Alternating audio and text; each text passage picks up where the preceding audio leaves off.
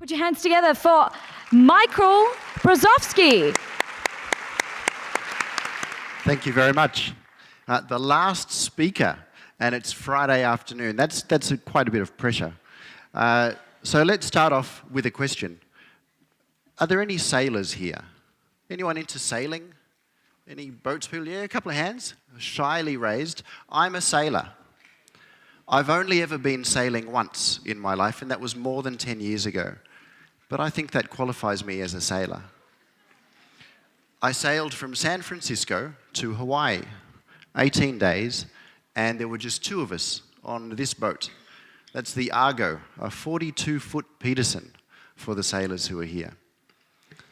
I was living in Hanoi at the time, and my friend Hugh rang me up one day. He said, "Michael, I need your help. I've bought a boat, and I need to take it home." Now, Hugh lived in Fiji, so he needed to sail from San Francisco to Fiji, and he would go via Hawaii.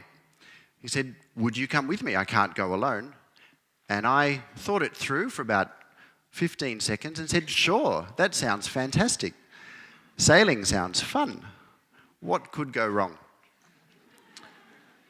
I flew to San Francisco, and Hugh and I set up on this boat in a marina under the beautiful blue sky on the sparkling bay. It was just beautiful. And we spent about a week or maybe 10 days on that boat, repairing things, installing equipment, purchasing provisions, and finally we were ready to set sail. Now, during this time, when we were in the marina, there were all these other people, other sailors. Notice how I call them other sailors, right? The other sailors, they were on their boat preparing for a journey. And some of them had been there for many, many months. Talking to them, they would say, "Oh, I've got to fix this one more thing, and then I'll be ready to go." Or, "I'm going to need a few more months to fix this." So when they found out that I had just arrived, and I'd never been on a boat before, and I was about to sail across the Pacific, they thought I was crazy. And I know that they thought that because they kept telling me that. Especially when I was alone, they would run out onto the walkway and they'd say, "Michael, you can't do this. No one in their right mind would take on a journey like this." They really tried to talk me out of it. They couldn't accept the idea that I was going to take this journey. So Hugh and I set out. And I spent the first 5 days of that journey alternating between throwing up and crying. I couldn't believe what I had done. And that thought went through my head constantly. Why am I here? I've got a home in Vietnam. I've got a young organization that I've started and that I'm growing. That's where I want to be. I was sure that I was going to die. Why had I given up the safety and love that I wanted to go on a boat journey? But by the end of the 5th day, I actually started to feel like this would be okay. It was going to work. And I remember even a point in time where I said to myself, "This is going to be all right. This is going to be good." That was when everything started to go wrong. The first thing that happened, and the sailors here will know what I'm talking about, the boom sheared off the mast. And what that means is we lost the mainsail. And of course it happened at night. Everything bad happened at night. We had a night with our mainsail just flapping uselessly above us. And the boat just veered off course. We were out of control. We had lost the mainsail. And the next morning, we dropped it. We wrapped it all up, and we continued the rest of the way on the jib, a tiny little sail at the front of the boat. That's why it took us 18 days to get to Hawaii. Then the water tanks leaked dry. The autopilot jammed. The radar stopped working, and we discovered that when a massive container ship sailed by through the night. And finally, the motor blew up. We had no motor and no sail, and we were out at sea, and I'd never been on a boat before. Finally, on day 17, we reached the South Island, the big island in the south of Hawaii. We had gone there instead of Honolulu because we figured we can maybe get into harbour safely on the big island. And we spent maybe an afternoon just trying to manoeuvre this boat into the harbour. And we couldn't do it. We were exhausted, we were thirsty, everything had gone wrong, and we couldn't get the boat into harbour. And so we made the very difficult decision that we were going to mayday in a call for help. And out at sea, you only call in a mayday when things have gone very seriously wrong. Well, that was when we learned that the radio also had died. We got into harbour the next day, and it was certainly a moment of joy climbing up the rocks onto Hawaii. We had to lower a little boat and row in because we couldn't dock, and we climbed up these rocks and made it to Hawaii. I didn't go the rest of the way. I didn't take the next leg of the trip to Fiji.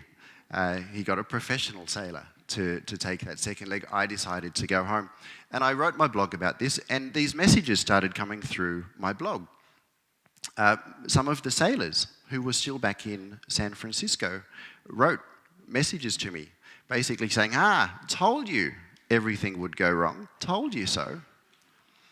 And I bit my lip, but what I wanted to say was, yeah, but I made it, and you're still in the dock in San Francisco. I had completed the journey and they hadn't started because they were still getting ready. In all my life, there's only one thing crazier that I've done than taking that boat journey, and that was starting a children's charity in Vietnam. Talk about setting out and not knowing what was coming next, thinking that everything would work out fine, only to see how much could go wrong along the way. I moved to Vietnam not to set up a charity. I moved there for a peaceful life, and I absolutely failed. I went thinking I'd start out anew, I'd try a new culture, I'd set up in a new country. I was living in Hanoi, teaching at the National Economics University, and after work on the weekends, I'd see street kids everywhere I went. There'd be these boys, shining shoes, and I got to know some of them. I'd find that their mothers also had come to the city. And what they were doing was they were earning money and sending that home at the end of the month so that their sisters and brothers could go to school. Well, I was an English teacher, so the easiest thing in the world was for me to help out. I'd sit there in a cafe teaching English to street kids. The cafe owners hated me, but the street kids had a great time, and they got the benefit of these free English lessons. They'd bring their friends back the next day. The classes grew. And finally, one of my university students found out about it. In the photograph that you can see, the man in the denim at the front, that's Pham Sy Chung, the co-founder of Blue Dragon Children's Foundation. He was one of my university students. He came to me one day and he said, "Hang on, Michael, this is wrong." He said, "You're a foreigner and you're helping street kids. I'm Vietnamese and I'm not helping anyone, so I'm going to help you." And once there were a couple of us, and then some more volunteers came on board, Blue Dragon just started to grow out of control until I had that point, the same as I had on the boat, where I said, hang on, what am I doing here? Right? I came for a peaceful life. This isn't what I was looking for. So Chung and I had a chat and we decided these kids need help. So we need to find someone who can help them, someone professional. We got on the phone, we got on the email, and we were contacting other people, other organizations. And we'd typically be saying, look, we're here in Hanoi and there are street kids everywhere and there's no one to help them. Could you come and set something up for these kids? And one by one, people would have to answer us, look, I'm sorry, but we don't have a program in Hanoi. We don't have a budget for that. We don't know anything about Hanoi. We'd love to help, but we can't. And finally, it dawned on Chung and I how ridiculous this was, what we were doing. We were ringing other people saying, hey, we're really concerned about this and we think you should do something about it. But we were there. we were on the ground. We knew these kids. We realized this is our responsibility. And so the idea for Blue Dragon was born. And we started opening shelters, reaching out to street kids, getting kids back to school or back to their family, and we continued to grow. Now, we started out without any kind of plan. And in this environment, I know that today I'll be speaking to some people, what I say will really resonate with you. And others will be like the sailors in San Francisco thinking, this guy's insane. But I had no idea where this was going to go. And now, today, when I look back at how that journey went, I wouldn't have done it any other way. We didn't know the rules. We didn't know the textbook on how to set up an NGO and help street children. All we knew was that there were kids in front of us and they needed someone to help them. So we helped. One of the first kids we helped was this boy, Kiyu. He wasn't a street kid, but he was in a noodle shop in Hanoi. His job was cleaning the bowls and the dishes. And it was a tiny, tiny little noodle shop, literally a hole in the wall. It was a filthy place. And every time you walked past this shop, Kiyu would be there looking miserable. And what I found was, when I went by, if I made eye contact with him and smiled, his whole face would light up. Like he was so happy that somebody acknowledged his existence. So I'd go into the shop and I'd have a bowl of noodles. And I got to know him and I'd eat there often. One day I was walking by and something was wrong. Kiyu was covered in these black dots. I found out that he had chicken pox. He was 13 years old and he had chicken pox and he was at work. So I contacted Chung and I said, this is wrong. We have to get him out of there. And we really made some enemies in that noodle shop. That was the last time I ate there. But we got Kiyu out of that. We offered him a place in a shelter that we were just setting up. We spoke to his mother. His mother had thought that these people were looking after him and that he was just helping them out a couple of hours a day. She didn't know that he was working all day and all night. She didn't know that he had chicken pox. So she was thrilled that somebody would help her son. So we helped him get out of there. Now today, Kiyu is a father. He's married, he has 2 little girls, and he owns a pizza restaurant in a town outside of Hanoi. Kiyu went on to school, he went on to study a training program in cooking, and then he became a chef in a really good restaurant in Hanoi. Green Mango, for those of you who are from Hanoi. He became the head chef. Green Mango opened a second restaurant and they asked him to run it. And finally he decided he wanted to do something for himself. So he left Hanoi and he started this pizza restaurant, which still runs today. All of that, what a great outcome, right? What a terrific ending to that story. And I didn't know any of that when I was setting out. There was no plan to help Kiyu one day be the best pizza restaurant in Tai Binh province. It was just about, here's a kid who needs help. Let's see where this takes us. Now, I don't want to give an impression that this kind of work, this charity work, is in any way glamorous or glorious. To be really honest, these days, most of my time is spent answering emails and writing reports and going to meetings. Forget swooping in and saving the world. It's more about answering emails about how to save the world. In fact, a lot of the work that I do is very dark. As Blue Dragon has evolved, the issues that we deal with have gotten darker and darker as we've learned more, as we've adapted to situations, and also as Vietnam has changed. At times, I've gone undercover. This will terrify you. At one point, we were finding that street kids in Hanoi were being exploited by a foreign guy, and no one knew who he was. He was using a fake name. No one could work out his identity. So when we finally worked out where he lived, I did what anybody would do. I moved into his building. Unlucky for me, his building was a slum. So it was kind of hard moving into this slum as the CEO of Blue Dragon Children's Foundation. So I grew a beard and I pretended that I was an unemployed bum, and I moved into this slum. And it was only a few weeks that I was there. Somehow I got evicted from the slum. I don't know what I did. But that was enough time for us to gather the information that we needed. And that guy is in prison now. Again, a terrific ending to that. Thank you very much.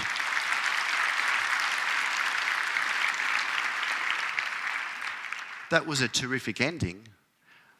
But that experience of living in that slum and watching this guy to gather information, that was not a nice thing at all. This work is often very dark, and it's like looking into the worst of humanity. We started out helping street children, and we still help street children, but along the way we also learned about the issue of human trafficking. We started out helping children trafficked within Vietnam, and then we came across a situation where one of our girls from our street children program was trafficked and sold into China. Now, we'd never dealt with something like that before. I was at our centre one day, and somebody, one of the girls came up and found me and said, "Michael," and I'll use fake names in all of my stories today. A girl came up and she said, "Michael, do you remember Chi? Chi's been missing for a few months, but she's just made a telephone call." And it turned out that she'd called a teacher. It was the only phone number that she could remember. And she gave a message. She said, "Please tell my father that I'm in China and I need help. I'm trapped." And then the phone went dead. Those of you who are good with geography will know that China's big, right? So we went to the Vietnamese anti-trafficking police and we said, "Well, we want you to swing into action. There's someone in China who needs help." And they said, "Well, we're in China." They wanted to help her, but they couldn't with that limited information. So a few days went past, and finally we thought, look, we're never going to find her. We're never going to get more information. What can we do? So we started to put the little bit of information that we had together. We guessed that she must be near the border, because otherwise she'd made an international telephone call.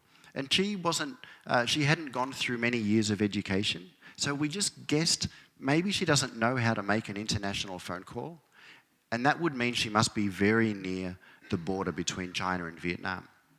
Okay, what are the towns along the border that might have Vietnamese girls being held as captives?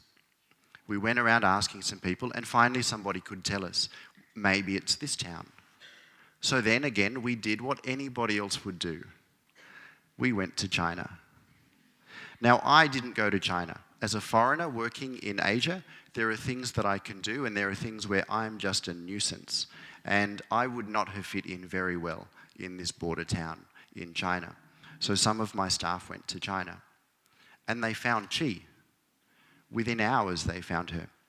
She had been tricked, deceived, and taken to China by someone posing as a boyfriend.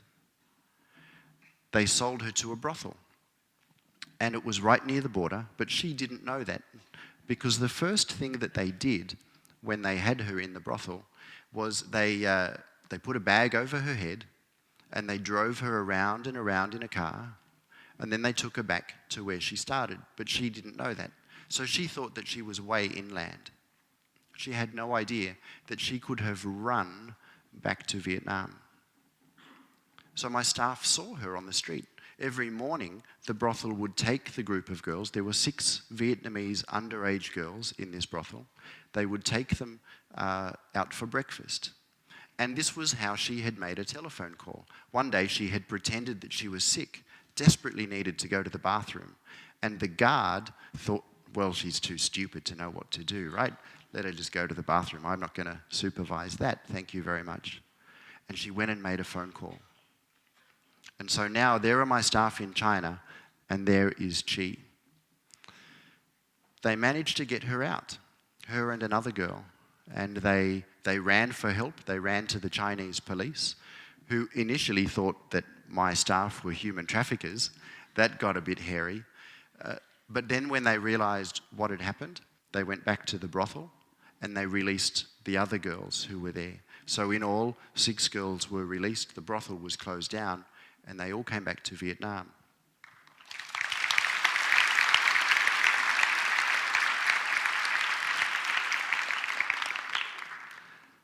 You're getting the message already that I'm not very big on forward planning.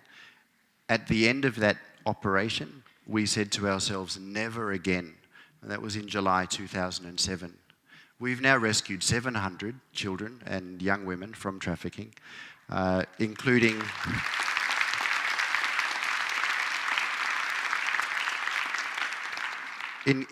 about 250 Vietnamese girls and women trafficked into China and also a couple of other countries. And these are people who have called for help. These are not people who've gone to do sex work and changed their mind. These are people who thought they were going for a job, thought that they were going with a friend. Someone had built up a relationship with them and then sold them. Then there are children within Vietnam, children who have been offered training opportunities, who have never been to school and whose parents have been led to believe that there's an opportunity too good to be true. And the children are sold to sweatshops or to gold mines or to farms. 700 children who we've been able to find and get home. And then there's another 300 who we haven't rescued ourselves, but who maybe have been set free by police or who escaped.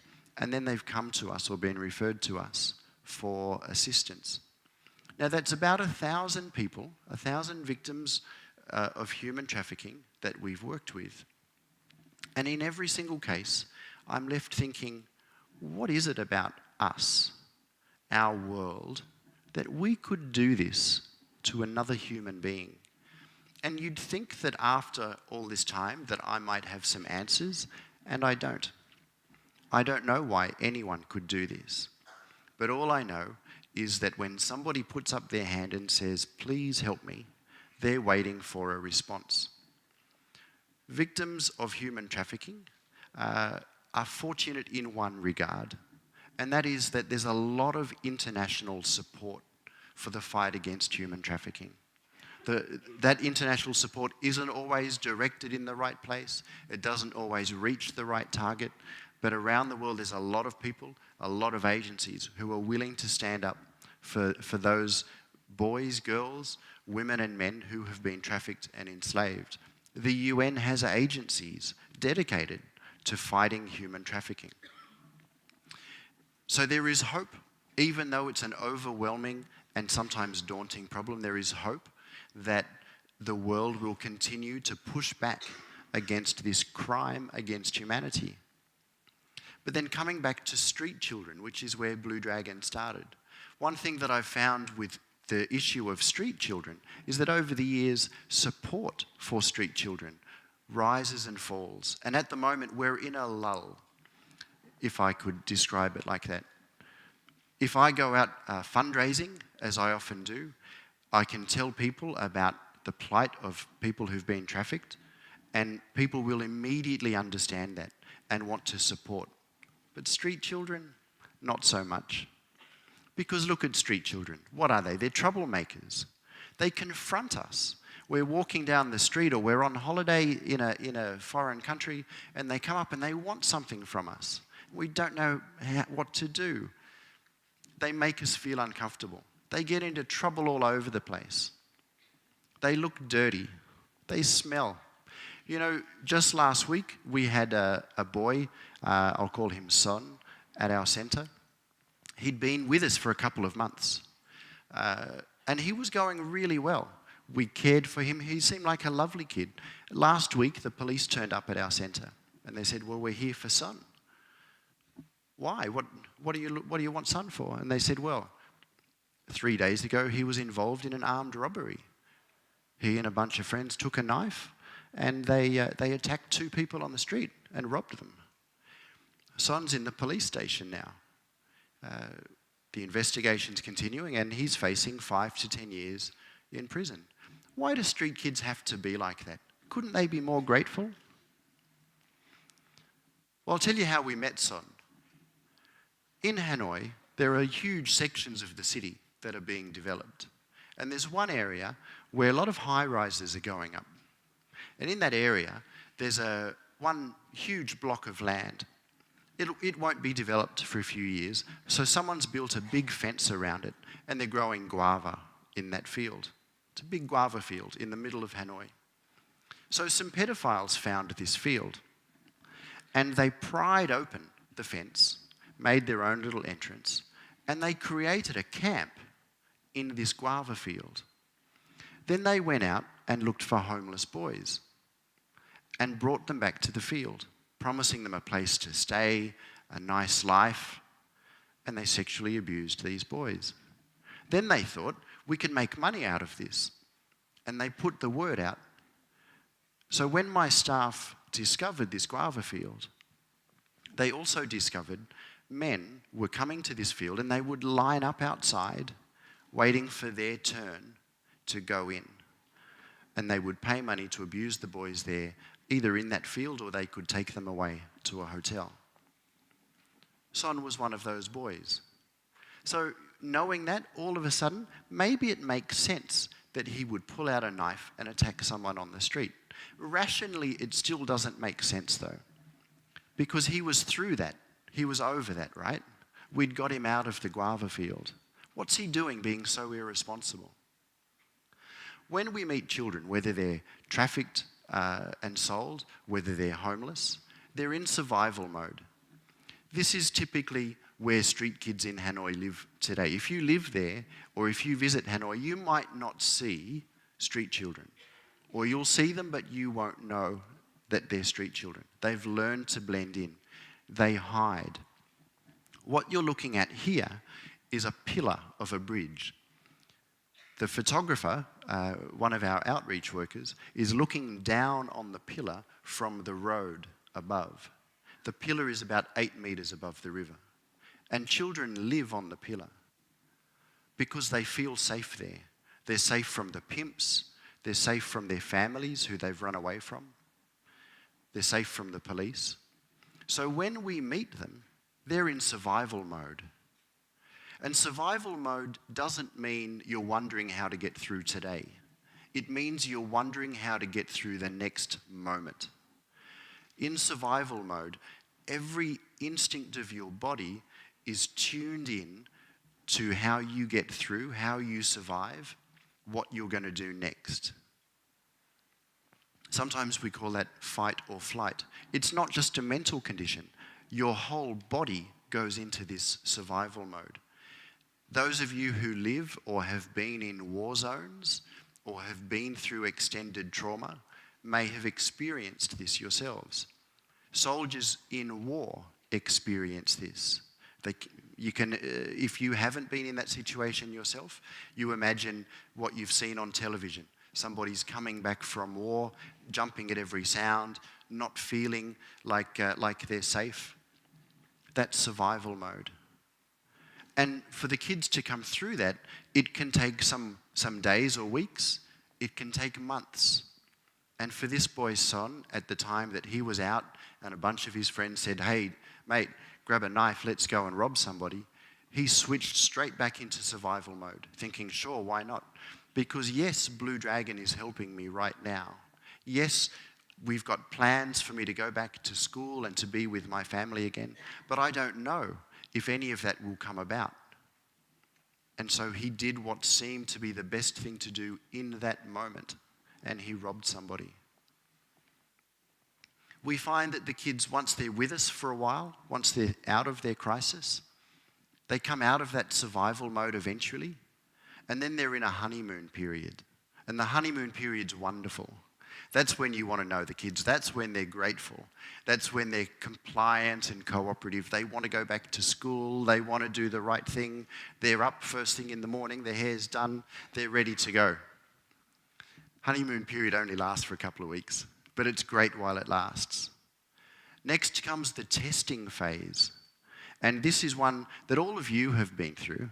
All teenagers do this, right? Everyone in their life does. But when you're a teenager who's come through crisis and trauma, like homelessness or trafficking, testing phase is even more important. Testing phase is this: you say that you love me, Will you love me if I break this window over here? Right? You say that you care for me unconditionally. What about if I take this knife and rob someone? Then will you care for me? And the deeper the trauma is that the child has been through, the more they're going to want to test you. When I look back at the history of Blue Dragon, the cases where the strongest tests have been, where the kids have put us through the mill, they're the kids who come out and then really fly and really succeed in life because they know that they're centered. Do you know what Son and Chi and Kiyu all needed? They needed someone to care for them. Now, in our academic world, we like to say, well, they needed programs, right? We need programs to help children in trouble. And then sometimes we go further. The programs have to be sustainable. They've got to be replicable, scalable, right? That's what people need. I'd like to suggest otherwise. Programs, sustainability, they have a place, right? And we work within a framework of a program, but that's all a program is. It's just a structure. Children in crisis, what they need is a person who believes in them unconditionally. I came across this awesome quote in a book once, and it takes just a little bit of thinking time to get your head into that. Every child needs somebody who worries about them when they don't come home at night, who cries when they're sick and in hospital. Every child needs someone who tells them to shut up and get on with it when they're arguing about, do I need to go to school? Every child needs to be the center of somebody's universe. And we can do that within a programmatic way. But I noticed in the forum that was just held, somebody asked a question, what's more important? Is it the budget or is it the volunteer? And I thought it was a good answer to that question. What matters is people. You and me caring for somebody else. Now, maybe my message is going against some other messages that you might hear in some places, because what I'm talking about isn't sustainable. It's not replicable or scalable. I'm talking about caring, being a human. Kids need someone who will take the punches. I can think of some kids at Blue Dragon who have punched us hard. They've stolen our mobile phones, they've stolen laptops, they've broken in and robbed us on the weekends. And when we find them again, and when we say to them, actually, we just need to know that you're safe, they realize that for the first time, they are the center of somebody's universe.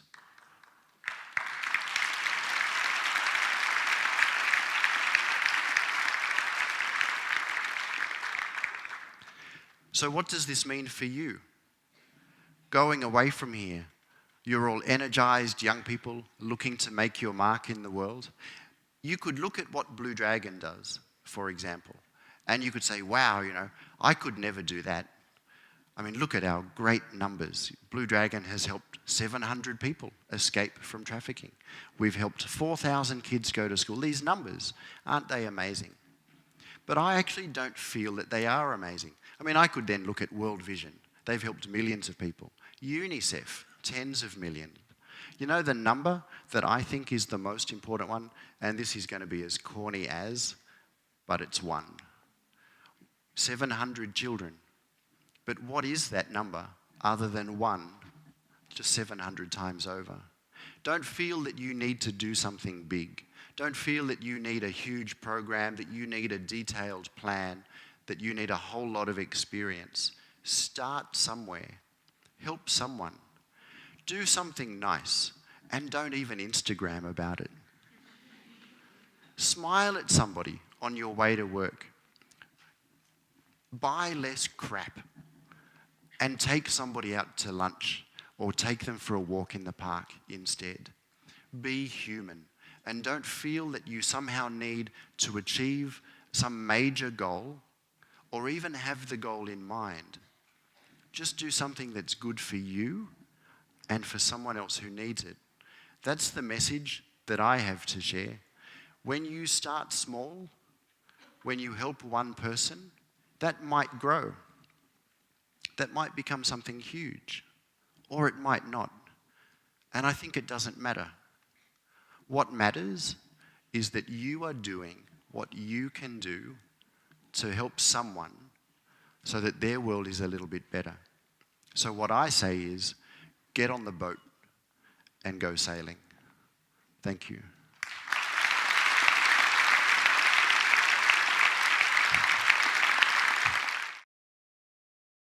Hi, good afternoon. First of all, I really appreciate what you did. And actually, my father, he's a judge in a family and children court. And I have like lots of argument with him because I always look at like the whole system. Like, you know, when you talk about young kid, he's like probably going lob somewhere now, and probably like there's a whole story behind it. And actually now I'm a medical student. I want to be a psychiatrist. So my question is, I want to know when you help maybe like the people who like got kidnapped, or those young women who, you know, it's gonna make me cry. Yeah, those young women, or like the kids on the street.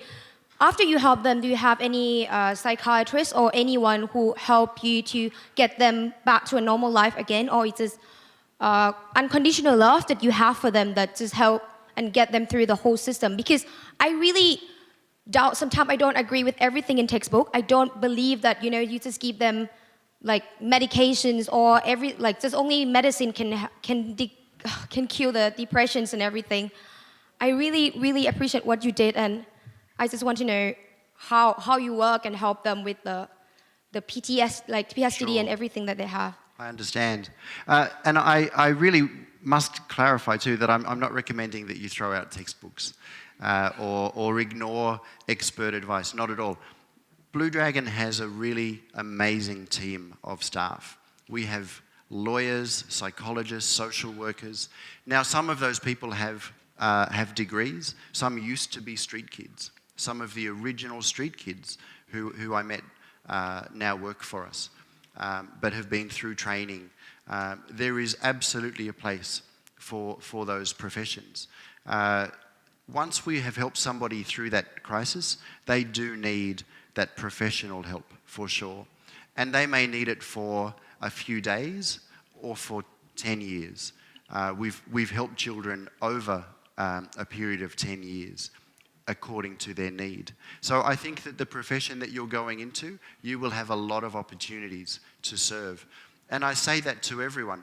If you're wondering, you know, what can I do? The question that I put back to you is, well, what do you love to do?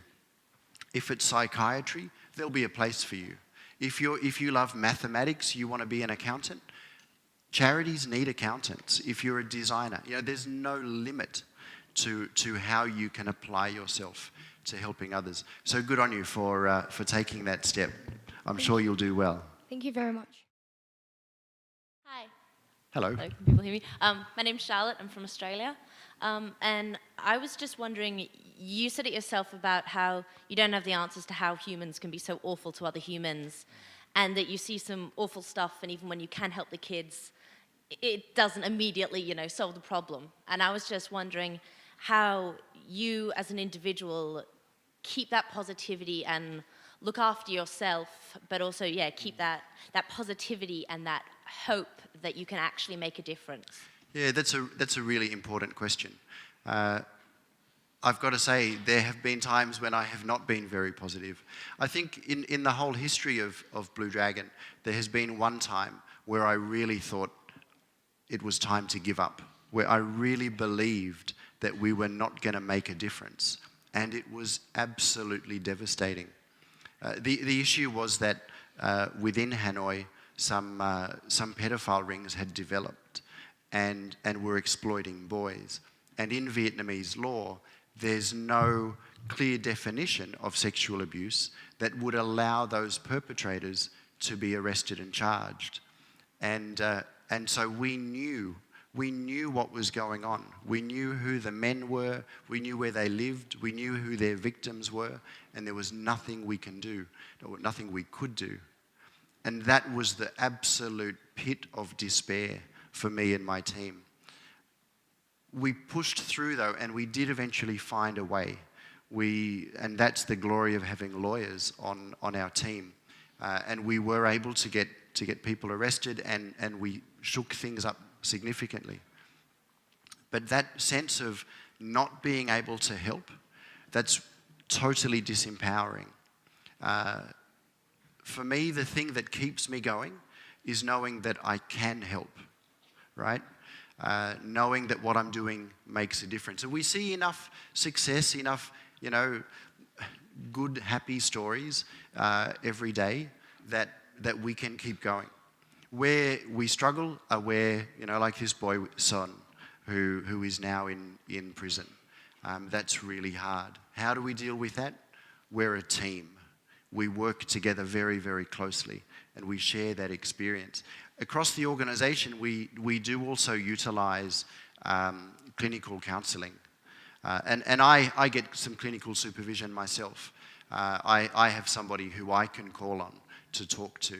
And that's really important. If you work in a field where you're facing terrible issues, you're seeing awful things, you will need support yourself. I've learned that the hard way. Thank you for your question. Thank you. Hi, hello from Hanoi. Xin chào. Xin chào. My name is Ling. So I know about Blue Dragon because it has a branch in my university. Okay. Yeah. So I have a question for you. That is, I know that the volunteer works that you're doing is based on mostly volunteers, right? So you don't pay for them. We do actually have a staff team. Yeah. Yep. But, I think that the main resources you have is volunteers. I would say the main resource are staff, but volunteers also play a very important role. Okay, so I just want to ask, how can you manage your volunteer team, and how you can keep motivating them to do, to keep their commitment with your organization? Yeah, sure. That's a good question. And I'll address this issue of volunteers versus staff.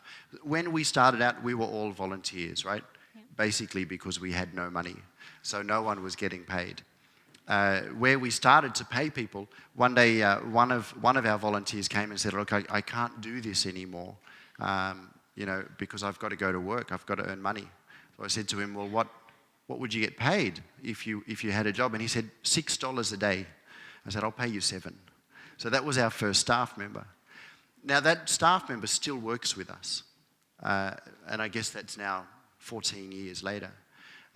That's one advantage of staff, that you can have people for the long term. And volunteers may not be able to stay for so long.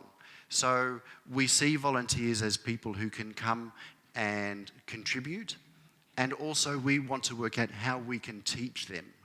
So volunteering at Blue Dragon is also about learning. A lot of people come and volunteer with us. We have about 65 volunteers right at the moment. Some are just a couple of hours a day or a couple of hours a week, some are full-time. But we know most of them will go off later and work somewhere else.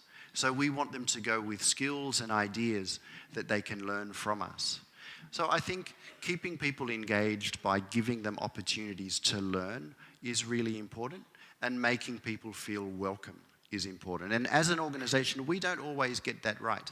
Managing volunteers is very difficult. I've got to give a big thumbs up to Mr. Kim, who's around here somewhere, who's managed a team of 40 volunteers. Mr. Kim, just amazing to put something together like this with volunteers who have other things to do, who might have to work as well. It's a big challenge for organisations, and one to think about carefully. That's a very long answer. I hope that explains. Well, thank you so much. Hello, I'm Yang Jusheng from Lanzhou University in China. Thanks for your inspiring speech. As what you said, many homeless people are discriminated. Children and women are abducted. Those things just happen. I wanted to save the people in trouble. So I want to ask, as students in university, how could we encourage the people around us to join our activity to prevent such things happening again? Thank you.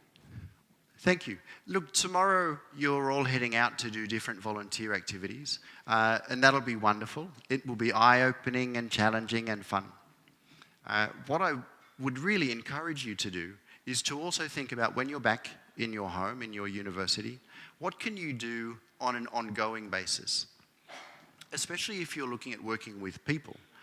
Children in crisis, they don't really need someone to drop in for one day and then they never come back again. That can be lovely, it can be a terrific event, but for the long term they need to build relationships. So I would say if you're looking at doing that in your university, get together some people who can give a commitment of time. Even if it's just, 1 hour a week for 3 months. Build a time commitment in and build an end date as well. That can help boost enthusiasm. You don't want things to die because people drop off. Put a finish date and people will see through to the end. And build relationships. Use it as a learning experience. And I think that if you do that, then you and your fellow students can make an impact and also stay motivated throughout. Okay? Thank you. Good evening, everybody. My name is Sarthak, and I come from India. My question to you, sir, would be that human trafficking is a very delicate issue, and there are a lot of powerful and dangerous organizations who try to stop the things that you're doing. So has there any life-threatening safety issues that you have faced? If yes, then how do you deal with them? By the way, I'm guessing that now that you've asked that, about half of the people behind you will sit down now, because I'm guessing that's what everybody wants to know. We have faced a few threats, but in our work, the challenge for us is to know how to be safe. We certainly don't go in wearing Blue Dragon t-shirts and handing out business cards. We go in quietly and anonymously. And when we can, we work with the police. So we actually do cooperate on an informal level with both Chinese and Vietnamese police now. We've come a long way from that first rescue in 2007. So having the support of the police, working in cooperation with them, that helps a lot. Being anonymous is very important. And so far we've been okay. The greater danger for us is actually in our work in Hanoi, where we are getting street kids out of these dangerous situations where there are people abusing them. And those people are our neighbours. They're in our community. So in those cases we've had to really take a back seat sometimes and hand over to the police. We've had to keep a lot of secret information so that people don't know what we're doing. There are news stories that get published about the results of our work and no mention of us. Because if people knew that we were the ones who did that, we'd be in trouble. So sometimes we just have to keep quiet. That's how we deal with that. Thanks for your question. Hello, my name's Christabel. I'm from Australia. I just want to firstly commend you, I guess, for what you do, because I think it's amazing. Thank you. And if I may, I just wanted to comment on something you almost said in passing, which was that you said the girls you saved were ones that had been tricked and not girls that had gone into sex work and changed their mind. And I just wonder, seeing as that withdrawal of consent leads to basically the same abuse, why not also help those girls? Oh, okay. No, that's a really fair question, and thanks for picking me up on that. Anyone who calls and says help, we'll go and get them. We don't stop and say, hang on a minute, whose fault was this? Absolutely not, never. What I meant was, in every single case that we've dealt with, it's been deception. Now, I made that point because some people and some organisations do believe that everyone who does sex work should be rescued from that. And I'm simply saying that we're not operating from that point of view. We're rescuing people who are saying, please help me. If I may follow up, is it possible that those girls who have made that choice and potentially changed their mind feel more powerless to come out of it having given that consent? Look, it's possible. Look, see, we don't even have a hotline. Blue Dragon, we're not out looking for cases. Cases come to us. And so if someone calls, typically the way it works is the girl or the woman is in China and she calls her family for help. And the family then either call us or they call the police and they refer them to us. So we deal with every call that comes without asking questions about how did this happen. Yep. Does that answer the question? Yes, thank you. Well, hi, I'm Jing from China. And after your speech, we know that you are so devoted to helping those street children, right? And however, my question is that while you are seeking and finding those and helping those street children, have you ever come across some similar homeless people who are not actually children, but old people or adults? If you have, what methods did you take to help them? Or if not, what measures would you take to help them? Actually, we've only met a few people in that situation. Those of you who live in Vietnam would know that, especially in Hanoi, you don't see a lot of homelessness. And in part, it's because the city doesn't want there to be homelessness. It's not that everybody has enough and has a home. It's because the authorities go out and make sure there aren't people who are obviously homeless. So no, we don't come across very many cases. I can think of 3 or 4. And in those cases, what we've done is contacted other organizations that we know. One really great development in Vietnam at the moment is a flourishing of little civil associations that are starting to develop, who are interested in different groups of people, not only children. And so, okay, we come across a homeless person who may be an adult. We don't have to provide a service for them because there are other people that we can call on. Okay, thank you very much. Thank you. Good afternoon. I'm from China, and as you mentioned just now, kids maybe take some actions, for example, rob or steal to attract others' attention, test, or for survival. But I have a question. If those kids fire to the public, just those children maybe will be controlled or treated by terrorist organizations, such as these children, when they fire to the public and called the children fighters in the IS. When face these children, what can we do and how to help them? Thank you. Yeah, thank you. One thing I have to say, Vietnam is very fortunate that there are not a lot of those sort of situations that you describe. I think that any child needs an opportunity to get off the street and to have a safe home. Now, we're not in a situation where we can force somebody. If they don't want our help, they don't need to receive it. Absolutely. So our job is to befriend the children and build trust and invite them in. And we know that we're working like in a race, because if we don't get to the children soon, if they don't come to us, the pimps will get them, or eventually the authorities will pick them up and put them in social protection centres. So we're doing what we can to get the children out of that dangerous situation before anything like this happens. Thank you. Hello. My name is Liu Haoyi. I'm also from China. Okay. In our country, some villages, some distant villages, still, they love sons rather than the daughters. So some families maybe abandon their daughter if they really have a tough life. So how can we help them to go back to their family again and, get along well with their original family? So I just want to know, do you have some, after programs when they already go back to their family? Thanks. Yeah. Now, I can.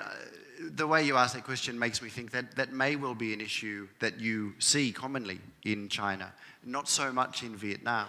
But there is a similar issue in Vietnam. With all of the cases that we help, whether they're street children or trafficked, whether they've run away from home or been kicked out. Our first option is always, can we get those children back to their family? We have 6 shelters that we operate, but we help 1,500 kids at any one time. So we can't put everyone in a shelter. Our shelters have like 8 or 9 people each in them. The way to do that is through social work, through counsellors, working to reunite families. And we find that sometimes the problems that tear families apart can be dealt with very simply. It might be an economic issue. If the child can't return home because the mother doesn't have enough food, well, maybe we can just provide food and do that over a period of, say, 6 months or a couple of years, while also teaching the family maybe how to open a business or how to improve their farm so that they can look after the child themselves. Sometimes the answers are very practical, like that. Sometimes they will involve the psychologist going to meet the family and helping them resolve their issues, or finding extended family. You've got to go into it believing that there must be a solution. There must be a way to help. Thank you very much. Hi, good evening. I'm Suting from Singapore, and I'd just like to ask, you mentioned that till this day, after many years of experience, you still don't understand why people traffic humans. I'm majoring in psychology, and I'm sure many of us in this room wonder why people do it also. But I'm thinking, how do we tap into the conscience of people? Almost everybody has a moral conscience, and it's because they are driven by greed or desperation, need for money, quick, fast money, that's why they join syndicates like these. So how do we tap into the psyche of potential human traffickers such that we can nip it in the bud? Like, it's a huge problem, but where do we start? Well, I'd like you to answer that. I wish I knew. What I can tell you, the one thing that we have been trying to do, and it's very hard to measure if this works or not, but we've been trying to tap into fear. So when people abuse children, when they exploit them, rape them, sell them, if they don't see any consequence to that, or if they have no expectation of a consequence, they'll do it again. Others will do it. Why not? You don't get caught for this crime. This was what was happening in that situation where we were dealing with pedophile rings in Hanoi. They were abusing children in open parks because no one that they knew had ever been arrested for that crime. So they had no expectation that they would be arrested. So our job was to raise the stakes, as we say. It was to make it costly, to get people arrested, to get journalists writing stories about it. Same with the human trafficking. We've now represented 53 people in court cases. So we rescue them, they've called for help, we find them, we get them home, and then we see the court case through to the end. And by doing that, we are taking out whole trafficking rings, and other would-be traffickers can see there is a consequence. One particular thing that we've been doing in Vietnam is organising circuit courts. Now, a circuit court, and normally a court case is held in the capital of the province. The circuit court takes it out to the district where the crime occurred. And so other people get to see a court case who otherwise would never know what a court case is. And they can see, this is what happens when you traffic. So in that way, we hope that we're reaching would-be traffickers. And I have no way to measure whether this is working or not, other than a gut feeling that it's got to work. Allow me to just follow up. In Singapore, we have a very strict rule on drug trafficking, which is a certain amount, a certain weight, and you will get the death penalty. But even with this rule, which is highly publicized all over the world, many articles regarding people who have been prosecuted for this crime have been, everywhere. But people still do it. Yeah. So where is the, I don't know, like it's a big question. Yeah. On that issue of human trafficking and the circuit courts and so on, I really don't know, because what we're trying to do is prevent would-be trafficking. And we can't do a survey where we ask people, would you have trafficked if you hadn't been to this court case? It wouldn't be a very good survey. In the issue of the men in Hanoi who were sexually abusing boys, we have seen a massive drop of abuse of street boys. Massive. A few years ago, every single boy we met in Hanoi had either been abused or had been approached. So there was once a situation, we met 2 boys, aged 13. They had arrived in the city the night before, and by the time we met them the next morning, they'd been offered sex 6 times by adults willing to take them to a hotel and pay them for it. Now, so every single child was in that situation.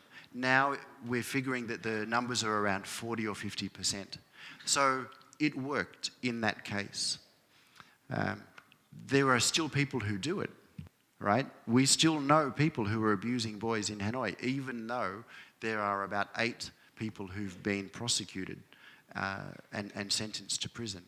So raising the stakes doesn't mean you'll eliminate the problem, but I think it's one measure that has some impact. Thank you very much. Hello, my name is Jemima. I'm from Australia. Thank you for your presentation, Michael. I had one question for you, and that is, you mentioned at the start of this that you set out to do it. It was a case-by-case basis. It was a very personal connection that you formed, and that bond, you said, is almost like a family bond with that child, to really care for them and be worried for them and concerned for them, till they can be rehabilitated. And it was a very personal journey. So as it has grown and been extended to other children, as possibly regulations or child protection rules have to be upheld, and you've got a larger team, how has that impacted your ability to be able to make that personal connection right through to the end? We have a big team of social workers, as I say, some with professional training, some who used to be street kids themselves. My job now is actually about supporting the team. So I'm actually not the guy anymore who goes out meeting street kids and helping them. My job is helping those who do. So those issues around being professional, following good child protection and child safeguarding practices, they're very important, because now that's spread across 60 or 70 people and not just a couple. So the challenge for us is, how do you provide that personal care and make sure that everybody's safe and doing the right thing? It's about setting the boundaries. It's about training staff to know what they can do and to know what to watch out for. Our mission statement, there are 2 parts to our mission statement. One says, we're here to provide exceptional care. The other part is, and while we're doing that, we will change the world. So there's a charity element and a developmental element to our mission statement. The exceptional care is what you're asking about.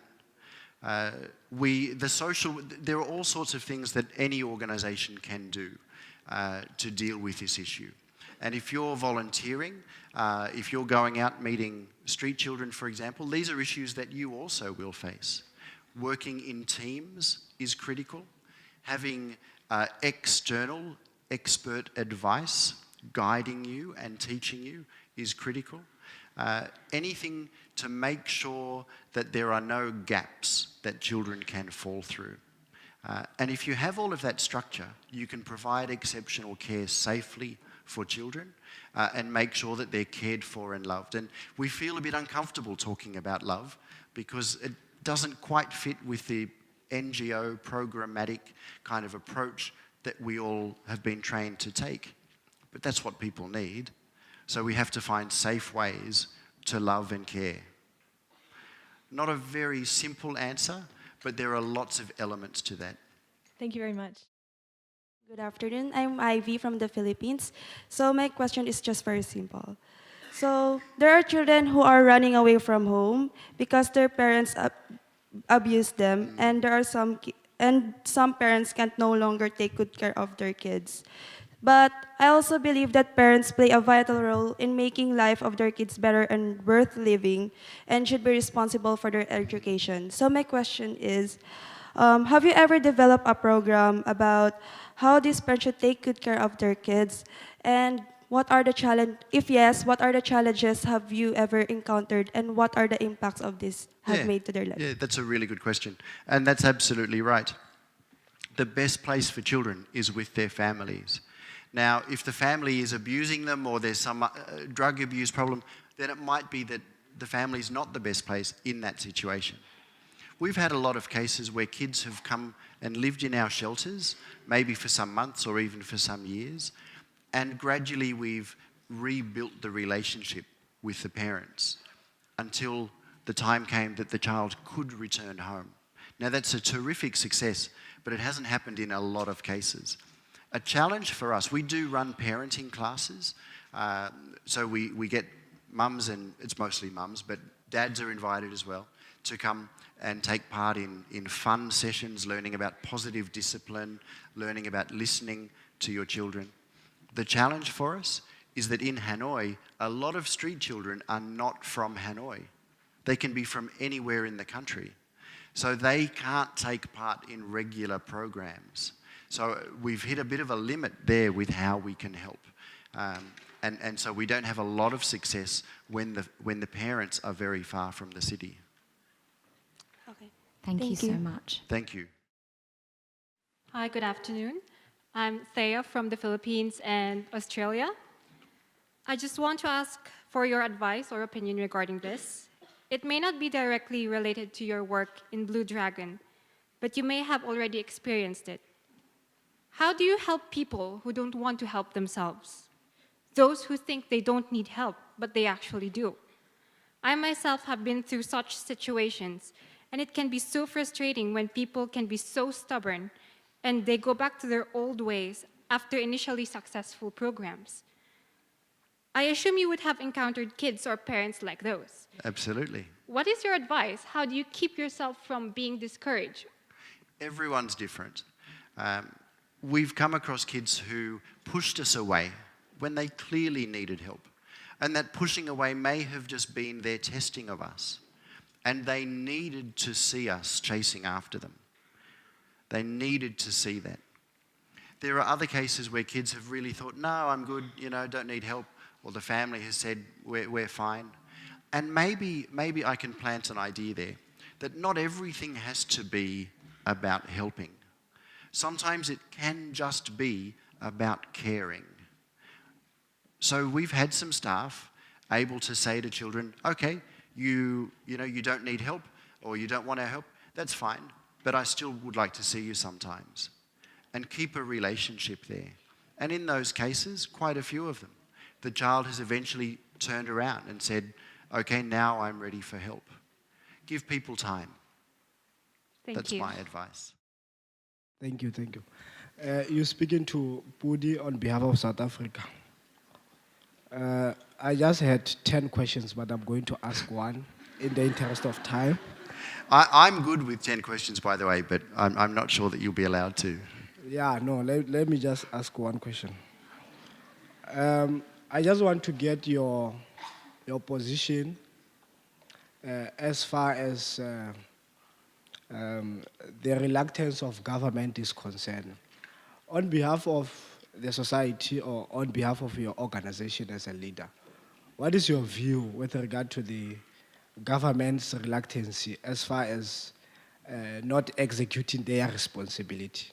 Because we believe that government has a dual responsibility to execute and to deal with social justice as there's budget allocated to that. Yeah. So what is the position with regard to that? Thank you. Yeah, look, I can be a little bit mixed about that. I think that's a good question to end on. The United Nations Convention on the Rights of the Child very clearly says that governments have the primary responsibility for the care of children, making sure that children are safe and protected. I'm not sure that governments are always the best organizations to deliver the services that children need, because government is so big and so complex and so bureaucratic. Sometimes it's quite a good thing for small organizations, for smaller units to work and deliver those services for children.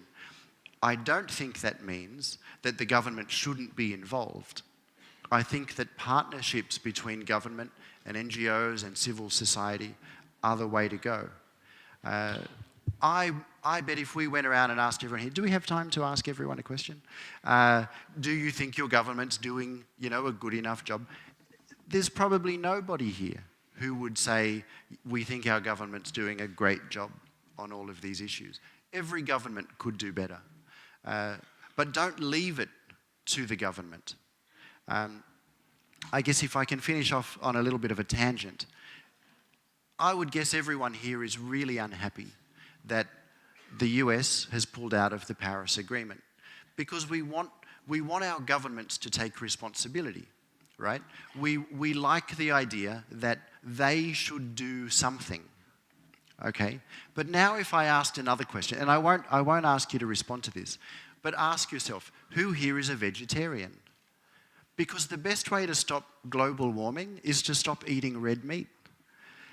We all want someone else, someone out there to solve the problems. And Donald Trump shouldn't have pulled out of the Paris Agreement. I'm with you on that. I'm disappointed as well.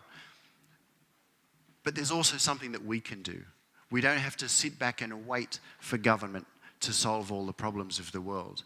We want them, we'll push for them to change, we'll advocate for change, but we also have to take personal responsibility. So that's what I would say, a last-minute swipe at Donald Trump and the don't know where that came from, but thank you. Can I ask you a question? Do you guys mind if I ask him a question? Just on the note of government, you were mentioning before that you're in a race to save the children from either pimps or from these social rescue places. They're government run? Yeah. So Vietnam has a system of social protection centres, and this actually links well to the question that I was just asked. The intention is there to help children, right? We all accept it's bad for children to be on the street, and so the big picture solution is so you pick them up and you detain them in these centres for a couple of weeks. Now, again, the intention is good. It's about protecting children. But children aren't making the choice. And I believe that children should be making the choice whether they want to go into a centre or back with their family. Children should be participants in that decision-making process. And in that case, they're not.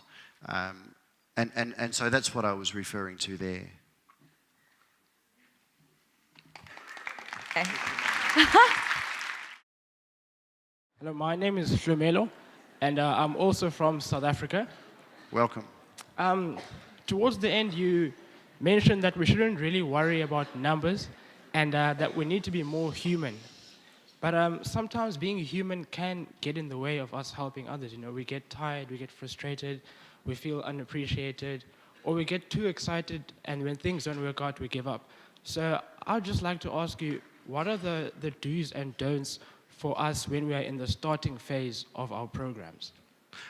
When I say don't worry about the numbers, I could give a whole presentation on why our obsession with data and measurement is in my view, the wrong approach. I won't do that now. What I can say is numbers are important. We keep data, that's for sure. I'm not saying numbers aren't important. I'm saying that when you set out, when you're starting, don't worry about where it's going, okay? Take the step of starting something. Put the structure around that later. I'm thinking about how organisations develop, how projects develop. Take that human approach. And you know what, it's also fine if you get tired and worn out and sick of it, but that's where, as you develop, and you develop a program, you'll have other people to help as well and deal with those issues. So I'm not saying forget about the numbers, but I'm saying start with people. Does that clarify? Yes, it does. Thank you. My name is Natalia. I'm from Indonesia. I have one question. How to make sure those programs and volunteers reach the target? How do we make sure to reach our targets? Yes. Well, here's another thought for you. There's a whole philosophy of organizational development. Google Frederick Laloux,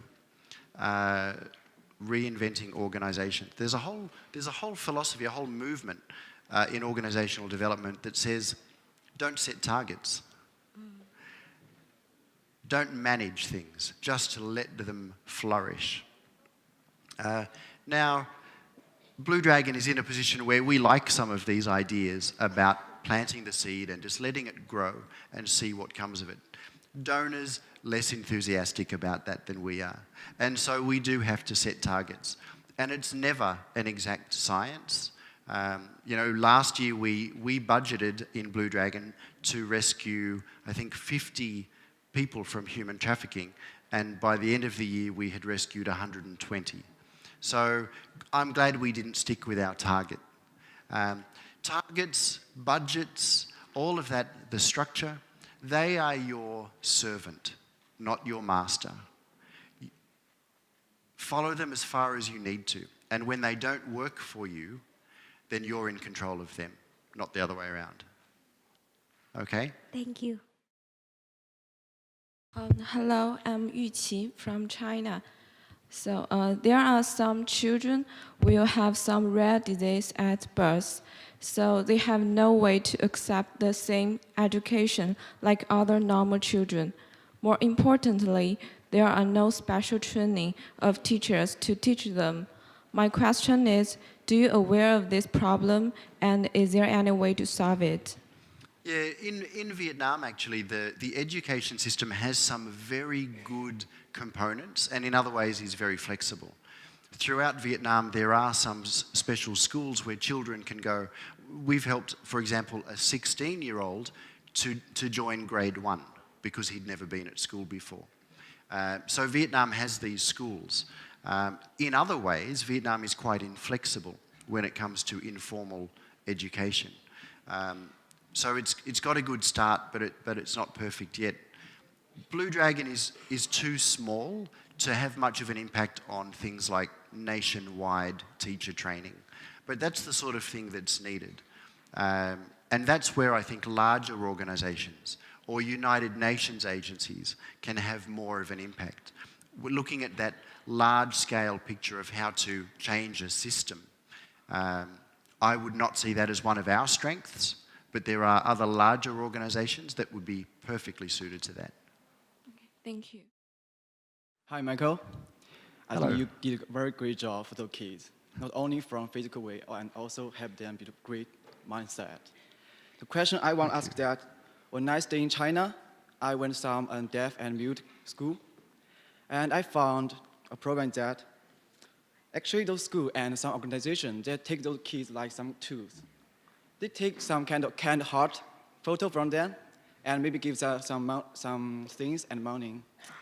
And when I go to that school and play with them, I found they just take themselves as a victim and take people give their thing as a natural things. Just like if I do some magic for them, coin magic, they ask me, can you give me your coin? And then never give you back. And when I play my smartphone, they ask them, can you give me your phone? Okay, I give them, they'll just take it. So just like they take them as victim, so you have to give them things. So I just wondering that, is there any good way we help them, but also help them build a good mindset to make them become great men, like we are equal. We help you, it's just like help you become good guy. Not only, it's just like you are weaker than me, and we should give you things, take this as a natural things. Yeah, absolutely. So the question there is about, running programs for children that don't involve them, giving things, but psychological development and growing as moral beings. In fact, I think it's a UNICEF program, somebody in this room might know, called Living Values. We've used Living Values, teaching children about things like friendship and cooperation and kindness. There's definitely a place for that. When you're dealing with children who are homeless, they may not be able to think about those sorts of things. They're not interested in being kind and cooperative when they're in survival mode. So you may need to deal with those issues first. get them through a crisis, and then work with them on those issues. But programs for homeless people don't need to focus on giving things, that's for sure. Social work programs can simply work connecting children with schools and shelters, and there's a place for those programs. So you're quite right in your instinct that it's not just about giving stuff. That just might be necessary to get kids to a safe place. Okay? Thank you so much. Thank you.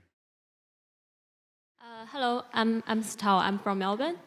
I would like to ask, have you ever come across with a situation that the child just being hurt too much that you can't really help them, and they just keep testing? And if the volunteer, they're not like parents, they will give up. And if they feel tired and they want to give up, do you support the volunteers and try to get him keep going? Or do you like replace the volunteers and lose those established relationships between the volunteers and the child? Sure. Look, in those cases where we are working with kids who are in really serious crisis like that, in survival mode, that's our professional social work staff who do that work rather than the volunteers. The volunteers might have a role in organising activities or teaching English or teaching mathematics, but not so much in the social work side. So in those cases where we have social workers working with a child, maybe the child's pushing back and there's no progress, we take a team approach. We actually have teams of 2 or 3 social workers working together on cases, because not every social worker can form a good bond with every child. Sometimes it doesn't work. And of course there are kids who leave Blue Dragon. There are kids who walk out the door and say, you know, not interested. But we've had a lot of cases where we thought, you know, this child was testing and testing, pushing back, and we've persisted, and eventually they have changed their mind and come into Blue Dragon, settled down, and gone back to school. Again, every child is different, and sometimes we need a different approach for different people, not a one-size-fits-all. Yep, thank you. Hello, I'm Derek from Texas, US. So I heard the comment about Donald Trump, the climate stuff. I'm going to go ahead and speak for my countrymen and women, and I'm not going to get controversial. So, you're from, where are you from? Australia. Okay. Via Vietnam. So we don't take swipes at your elected leaders. Sure. And I understand there's a lot of stuff going on with my president in the world. But we're not here at this conference taking swipes at the elected leaders of the nations being represented here. And there's some controversies going on in these countries, and we're not doing that. We're trying to work together. So I would appreciate if the comments about Donald Trump would kind of step aside. If you want it. Sure. We're trying to work together. We're not trying to divide ourselves. So if I can respond to that, my comment was that I think a lot of people here would be disappointed at his decision, and I think that's fair. And my personal opinion, I'm disappointed. I don't see that as a swipe, but I take your point, and right. I won't be insulting anybody. I will do my best. We could have talked about Brexit, and we could have talked about a lot of different things, but we don't. I could. Okay, guys. A delegate from Texas, do you have a question? No, I just had a comment. Thank you. Okay, thank you very much. Again, I'm Advik from India. I'm a student of management and economics. So understanding that how financial independence is like so important for anyone who are you rescuing. They have worked in brothels, they have worked everywhere, they have been exploited. So do you do anything to provide them with alternative employment, you know, so that they can sustain themselves and, you know, earn themselves so that they can have a better life? Instead of just education, do you provide them with some opportunity to work in some good areas? And Yeah, because we take calls for help, those people calling for help could be from anywhere within Vietnam.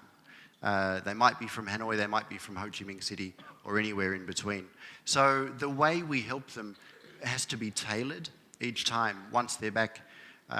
Some of the people we've rescued out of brothels or out of forced marriages, are in university now.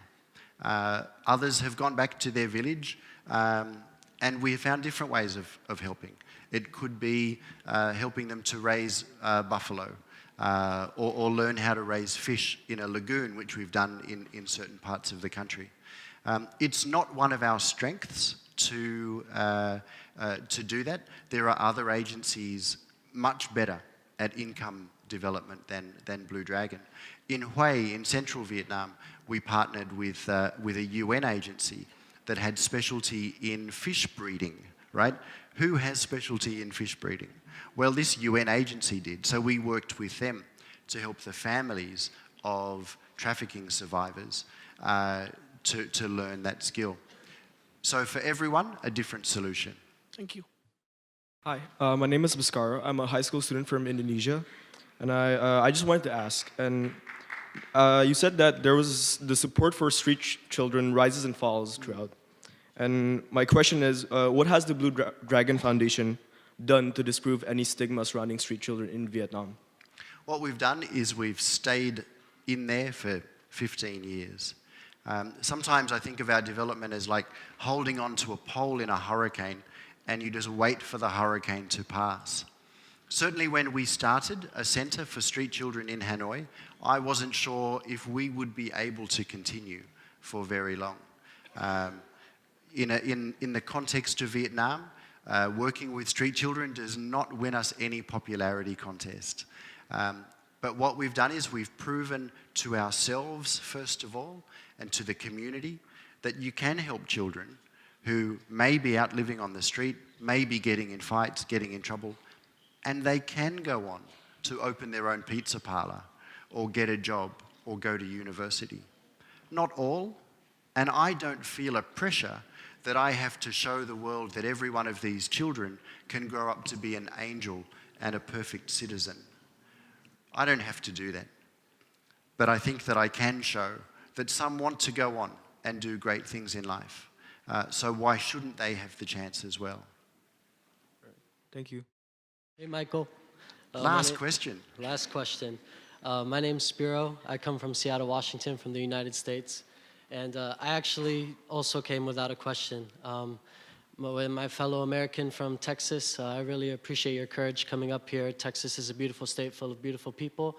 I just wanted to say that from the state of Washington and many other states across America have actually come together, created an environmental coalition to stick to the Paris Agreement, regardless of what Donald Trump says. Thank you. Thank you.